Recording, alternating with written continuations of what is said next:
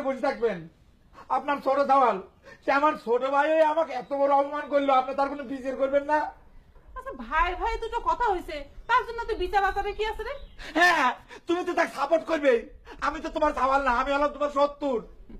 তাহলে আর আমার ডাকে নিয়ে আসলো কে? আমাকে শত্রু পক্ষের কাছে বিচার চাই কি কোনো লাভ আছে? তোমার কাছে কিটা বিচার চাইছে? তুমি আমাকে বুকা ভাবিছো তাই না? তুমি বিচার করলে পারে উল্টে তুমি আমাকে দোষী সাব্যস্ত করে দিতে, আমি জানি না মনে করেছো না? তুই একটু শান্ত হতো বহর। জাগের পেটে ভাত নাই, তাগের কথা শুনে তুই অপমান হচ্ছিস কি জন্য আমি তো বুঝতেছি না।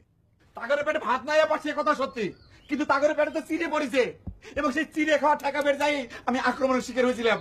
আপনার ছোট দাওয়াল আমাকে সারা গায়ে গালি দিতে, সে তাই আমাকে মার বিড়াইছিল। আপনার যদি বিশ্বাস না হয় এই গুল্লাই দিঘা আরে তুই থাম তো। গুল্লাক জিজ্ঞেস করে গুল্লা ক। আরে তুই থাম, আমি গোল্লাক জিজ্ঞেস করতেছি। এই গোল্লাক কি হয়েছিল রে? কি হলো ক? কি মামু আমার, আমি তো জিনিসটা কিছুই বুঝতে পারতেছি ঠিক আছে। ইন টোটালে জিনিসটা যে কি হয়েছে, ও তো উত্তেজনা হয়েছে, আমার তো দুয়া সামনে হইতেছে। কি হয়েছে আমার একটু ভাঙ্গি বলতে তুই। দেখ গুল্লা, তুই বেইমানি করিস না কিন্তু কলাম। ঘটনার সময় কিন্তু তোকে আমি সাক্ষী মানিছিলাম, তুই কিন্তু নহরে ঠেকাইছিলি, তোর মনে পড়তেছে? কি হলো? কিরে গোল্লাক কথা কইস না কে? নহর কি বহরে সত্যি মারবার গেছিল? মামু এখন আমি আপনারে কিভাবে বলবো, সে বহর, সে তো আপনার প্রিয় সন্তান, আদরের সন্তান, কিন্তু এবার আইসে যা দেখলাম সে তো সাংঘাতিক। চোখের বলকে দিন রে রাত বানাই হেলায়, আমার ধারণার বাইরে ছিল এটা। এই গুল্লা, তার মানে কি রে? তুই কি করে চাচ্ছু? ভাই তুই যতই শিখরাও মামুর দ্বারা তোমার সত্য কথা কওয়াই লাগবে। আমরা খালি চিন্তা করে দেখেন মামুর দুইটা শ্যামরা বিছনার লগে লাগিয়ে গেছে না খাই থাকতে থাকতে, অগোটার শক্তি নাই, হেরা বলে হরে গেছে মারতে। এত মরা মানুষের ওগুলো বিশ্বাস করবে না। এই শালা গুল্লা, তুই তো মিথ্যেবাদী রে, তুই তো একটা বেইমান। চোখের নিমেষে তুই চোখ উল্টে দিলি। এই বাবা তুই থাম। এই গোল্লাক তুই সত্যি কথা করছিস? মামু মিথ্যা কথা কই মোর কোনো লাভ আছে? বহর মোর মামাতো ভাই, আর যে দুইটা বিছনায় লাই থাকে তো হইয়ে রয়েছে হারাও তো মোর মামাতো ভাই।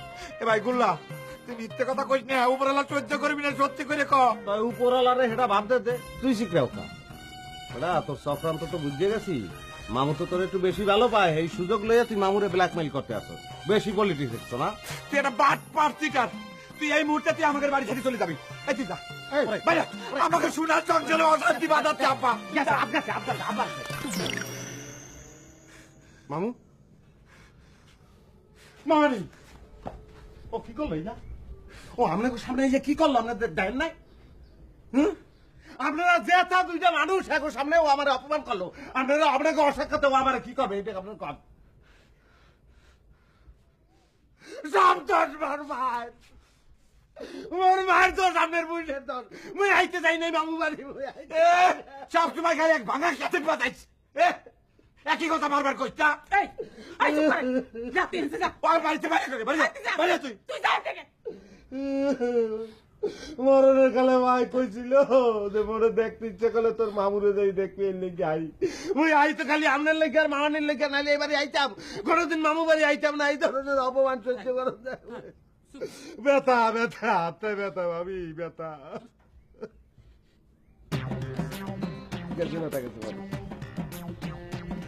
আমি ঘরে উরুম আছে, উরুম দ্বারা এক গ্লাস পানি দেন।